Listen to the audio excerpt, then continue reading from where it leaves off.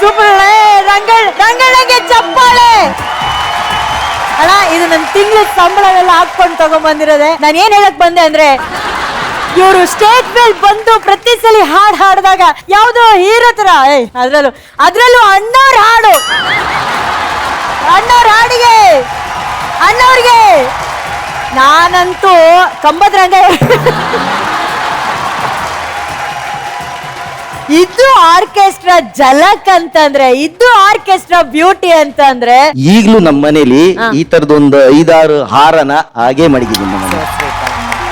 ಅದೇ ಜೀವನ, ಅದೇ ಚಂದ, ಆ ನೆನಪುಗಳೇ ಒಂದು ಸುಮಧುರ. ಅಂಡ್ ಅರ್ಜುನ್ ಸರ್, ನನಗೆ ಈ ಪರ್ಫಾರ್ಮೆನ್ಸ್ ಅವ್ರು ಹಾಡ್ಬೇಕಾದ್ರೆ ನಿಮ್ಗೂ ಕೂಡ ಒಂದಷ್ಟು ನೆನಪುಗಳು ಕಾಡಿರುತ್ತೆ. ಸೊ ಇವರ ಪರ್ಫಾರ್ಮೆನ್ಸ್ ಹೇಗಿತ್ತು, ಹಾಗೆ ಆ ನೆನಪುಗಳನ್ನ ಹಂಚ್ಕೊಳ್ಳಿ ನೀವು. ರಂಗಣ್ಣವರೇ, ಮೊದಲನೇದಾಗಿ ನಿಮ್ಗೆ ಇನ್ನೂ ಒಂದು 10ರಷ್ಟು ರೆಸ್ಪೆಕ್ಟ್ ಜಾಸ್ತಿ ಆಯ್ತು ನಿಮ್ ಮೇಲೆ. Thank you sir. ಯಾಕಂದ್ರೆ ನೀವು ಇವತ್ತು ಯಾರು ಮಾಡೇ ಇಲ್ಲ ಈ ಡೆಡಿಕೇಶನ್.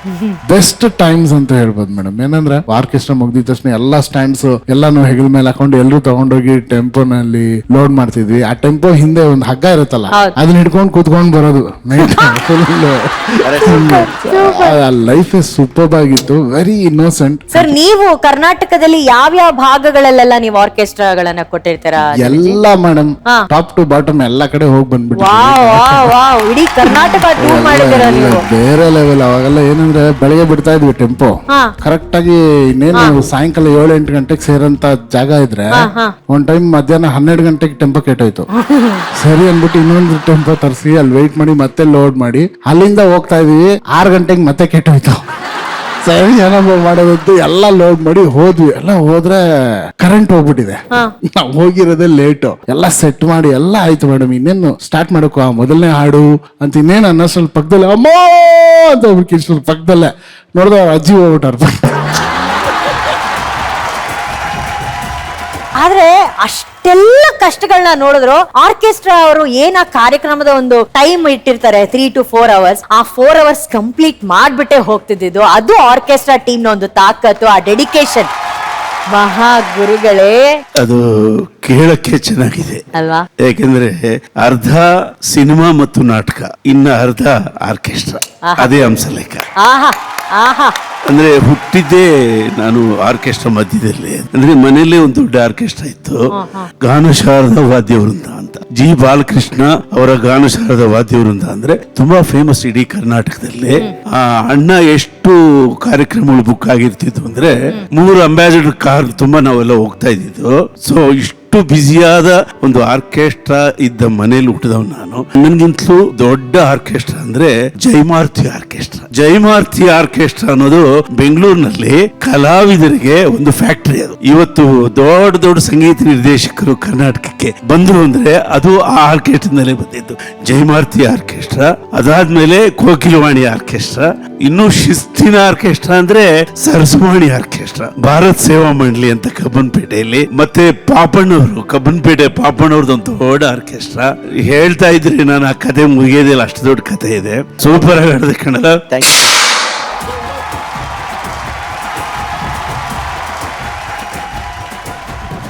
ಸೂಪರ್. ಇವತ್ತು ನಮ್ಮೆಲ್ಲರಿಗಿಂತ ಜಾಸ್ತಿ ಸಂತೋಷ ಪಟ್ಟಿದ್ದು ಇಲ್ಲಿ ಸೋಫಾದಲ್ಲಿ ಕೂತ್ಕೊಂಡಿರುವಂತಹ ಎಲ್ಲ ಕಲಾವಿದರು. ಸರ್ ಪ್ಲೀಸ್ ಬನ್ನಿ ಸರ್. ಮಾಡಿ ಮೇಡಮ್.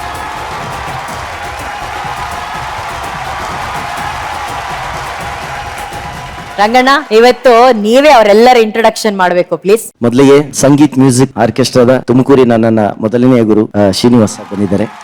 ಎರಡನೇದಾಗಿ ಬೆಂಗಳೂರಿಗೆ ಬಂದಾಗ ಮೊದಲು ನನಗೆ 25,000 ಅಡ್ವಾನ್ಸ್ ಕೊಟ್ಟು ಪರ್ಮನೆಂಟ್ ಆಗಿ ನಮ್ಮ ಆರ್ಕೆಸ್ಟ್ರಾದಲ್ಲಿ ಇರುವಂತ ಹೇಳಿದವರು ನರೇಂದ್ರ ಕುಮಾರ್ ಅವರು ಬಂದಿದ್ದಾರೆ. ಥ್ಯಾಂಕ್ ಯು ಅವ್ರಿಗೂ. ಆಮೇಲೆ ವೇದಿಕೆಗೆ ಬರೋದಕ್ಕಿಂತ ಮುಂಚಿನಿಂದಲೂ ಎಲ್ಲಾ ವೇದಿಕೆಗಳೊಂದು ಅವಕಾಶ ಕೊಟ್ಟಂತ ನಮ್ಮ ನಟರಾಜ್ ಎಂಟರ್ಟೈನ್ಸ್ ಇದ್ದಾರೆ. ಬಹಳ ಸಂತೋಷ ಆಗ್ತದೆ. ಆಮೇಲೆ ನನ್ನ ಜೊತೆಲಿ ಹಾಡ್ದಂತ ಒಂದು 8-10 ವರ್ಷ ಅವಾಗ್ಲಿನ ಸಂಗೀತ್ ಮ್ಯೂಸಿಕಲ್ ಜೊತೆ ಇದ್ದಂತ ಯೋಗೇಂದ್ರ, ಆಮೇಲೆ ಸುನಿಲ್ ಅಂತ ಅವನು ಸಿಂಗರ್, ಇಬ್ರು ರತ್ನಮ್ಮ ಅಂತ ಸಿಂಗರು. ಇವರು ಗೊತ್ತಿರುವ ಬಾಬಿ, ಅನಿಲ್ ಬಾಬಿ ಅಂತ ಹೆಣ್ಣಿನ ಧ್ವನಿಯಲ್ಲಿ ಆಡುವಂತ ಒಂದು ವಿಶೇಷ ಕಲಾವಿದ.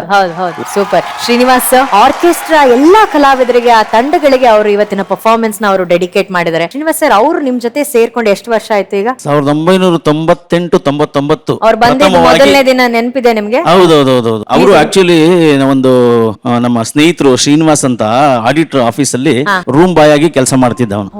ರೂಮ್ ಬಾಯ್ ಆಗಿ. ಅವರು ನನ್ನ ಮಿತ್ರರವರು. ನಮ್ಮ ಆಫೀಸು ಅವ್ರ ಆಫೀಸು ಒಂದು 100 ಮೀಟರ್ಸ್ ಇತ್ತು. ಸಂಜೆ ಬಂದು ಹಾಡುಗಳೆಲ್ಲ ಕೇಳೋರು. ಸರ್ ನಮ್ಮ ಹುಡುಗ ಹಾಡ್ತಾನೆ, ಒಂದ್ಸರಿ ನೋಡಿ ಸರ್ ಅಂತ, ಕರ್ಕೊಂಬನ್ನಿ ಸರ್ ಅಂತಂದು. ಆಮೇಲೆ ಬಂದ ಹಾಡ್ತಾ ಇದ್ದ. ಗೊತ್ತಲ್ಲ ನಿಮ್ಗೆ, ಹಳ್ಳಿಯಿಂದ ಹಾಕೋ ಬಟ್ಟೆ ಸರಿಗಿರ್ಲಿಲ್ಲ, ಕಾಲಲ್ಲಿ ಚಪ್ಪಲಿ ಇರ್ಲಿಲ್ಲ, ಪ್ಯಾಂಟ್ ಇರ್ಲಿಲ್ಲ ಸರಿಯಾಗಿರೋದು, ಎಲ್ಲ ಪ್ಯಾಚ್ ಹಾಕೊಂಡ್ರ ಪ್ಯಾಂಟು, ತುಂಬಾ ಬಡತನ. ಬಟ್ ಟ್ಯಾಲೆಂಟ್ ಇತ್ತು.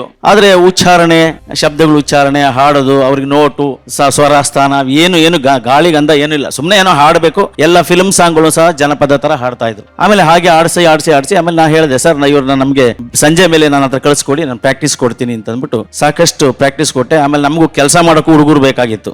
ಆ ಥರದ್ರಲ್ಲಿ ಅವನ್ನ ಕೆಲಸ ಮಾಡಕ್ಕೆ ಅಂತ ಸೇರಿಸ್ಕೊಂಡು ಜೊತೆಯಲ್ಲಿ ಹಾಡು ಸಮೇತ ಕಲಿಸ್ಕೊಟ್ಟು 1 ವರ್ಷ ಸತತವಾಗಿ ಒಂದೇ ಒಂದು ಹಾಡು ಕೊಡ್ತಾ ಇದ್ದೆ ಅಷ್ಟೇ ಅವನಿಗೆ. ಆಮೇಲೆ ಚೆನ್ನಾಗಿ ಕಲ್ತ್ರು madam. Super Ranganna, super. Ratna madam, ಮೊದಲಿಗೆ ನಿಮ್ಗೆಲ್ಲರಿಗೂ ಒಂದ್ರಿಸುತ್ತಾ ನನ್ನ ಈ ಮಾತುಗಳನ್ನ ಹೇಳಕ್ಕೆ ನಾನು ಇಷ್ಟಪಡ್ತೀನಿ. ಸರ್ಗೆ ನಾನು ಇಲ್ಲಿ ಈ ವೇದಿಕೆಗೆ ಬರ್ತೀನ ಅನ್ಕೊಂಡಿದ್ದೆ, ಆದ್ರೆ ನನಗಿನ್ನ ಮುಂಚೆ ನಮ್ಮ ಆರ್ಕೆಸ್ಟ್ರಾ ಕಲಾವಿದ್ರಲ್ಲಿ ನಾವ್ ಇಷ್ಟೆಲ್ಲ ಕಷ್ಟಪಟ್ಟಿದ್ದಕ್ಕೆ ನಮ್ಮ ಹುಡುಗನ್ನ ಕರ್ಕೊಂಬಂದು ಇಲ್ಲಿ ನಿಲ್ಸಿದಿರಲ್ಲ, ನಮ್ಗದು ಹೇಳಕ್ ಆಗ್ತಿಲ್ಲ ಸರ್. ನಿಮ್ಮ ಆಶೀರ್ವಾದದಿಂದ ಅವನು ತುಂಬಾ ಬೆಳೀಲಿ. ಆಮೇಲೆ ನಮ್ ಸರ್ ನಮ್ಗೆ ಇಷ್ಟು ಜನಕ್ಕಲ್ಲ, 150 ಜನಕ್ಕೆ ಅನ್ನ ಕೊಟ್ಟಿರೋ ದೇವ್ರು ನಮ್ ಸರ್. ಇವಾಗ ನಮ್ಗೆ ಕೋವಿಡ್ ಅಲ್ಲಿ ನಮಗ್ ಪ್ರೋಗ್ರಾಮ್ ಇಲ್ಲ, 2 ವರ್ಷ ಆಯ್ತು. ನಮ್ ಗಂಡನ್ನ ಸಾಕೋದ್ ಹೆಂಗೆ, ನಮ್ಮ ಮಕ್ಕಳನ್ನ ಸಾಕೋದ್ ಹೆಂಗೆ, ಯಾವ ಪ್ರೋಗ್ರಾಮು ಇಲ್ದೇನೆ ನಾವ್ ಹೆಂಗೆ ಜೀವನ ಮಾಡೋದು? ನಮ್ಮಂತವ್ರಿಗೆ ಯಾಕಿಂತ ಶಿಕ್ಷೆ ಕೊಟ್ಟ ದೇವ್ರು ಅನ್ನೋದೇ ನನ್ಗೆ ಹೇಳಕ್ ಅಸಾಧ್ಯ ಆಗಿದೆ ಸರ್. ನನ್ನಂತವ್ರು ಎಷ್ಟೋ ಜನ ಆರ್ಕೆಸ್ಟ್ರಾ ಕಲಾವಿದ್ರು ನನ್ನ ಕಣ್ ಮುಂದೆನೆ ಕಲ್ಲೆತ್ತಾ ಇರ್ತಾರೆ. ನಾನು ನೋಡ್ತಿರ್ತೀನಿ, ನಾನು ನಡ್ಕೊಂಡು ಹೋಗ್ಬೇಕಂದ್ರೆ ತುಮಕೂರಲ್ಲಿ ನೋಡ್ತಿರ್ತೀನಿ. ಆದ್ರೆ ಸರ್ ಏನ್ ಹೇಳ್ಕೊಟ್ಟಿದಾರೋ ಆತರ ಎಲ್ಲ ಹಾಡಿ ಜನಕ್ ಮೆಚ್ಚಿಸಿ ಇವತ್ತು ನಾವ್ ಇಲ್ಲಿ ಬಂದ್ ನಿಂತಿದೀವಿ. ನಮ್ ಹುಡುಗ ಇಲ್ಲಿ ಕರ್ಕೊಂಬಂದ್ ನಮ್ ಕಂಬದ್ರಂಗಯ್ಯ ನಮ್ಮನ್ನ ನಿಲ್ಸಿದಾನೆ ಅಂದ್ರೆ ನಿಜವಾಗ್ಲೂ ಅದಕ್ಕಿಂತ ಪುಣ್ಯವಾದ ನಮ್ಗೆ ನಾವೇ ಪುಣ್ಯವಂತರು ಸರ್, ನಾವೇ ಪುಣ್ಯವಂತರು. ನಿಜವಾಗ್ಲೂ ನಾವು ಬತ್ತಿದ್ವೋ ಇಲ್ವೋ, ನಮ್ ಹುಡುಗ ಬಂದಿದ್ದಾನಲ್ಲ ಅನ್ನೋದೇ ನಮ್ಗೆ ತುಂಬಾ ಖುಷಿ. ನೀವೆಲ್ರೂ ಅವನ್ಗೆ ಆಶೀರ್ವಾದ ಮಾಡ್ಬೇಕು ಅನ್ನೋದೇ ಸರ್ ನಮ್ ಕೋರಿಕೆ.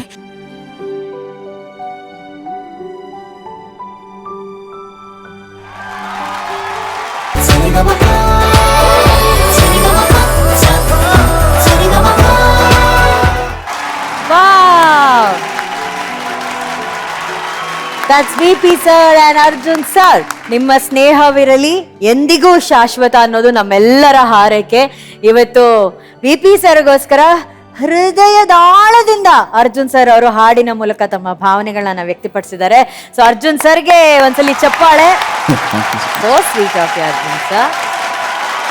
ಸರಿಗಮ ಪಪ್ಪ ಸಸ ಪಪ್ಪ ಸರಿಗಮ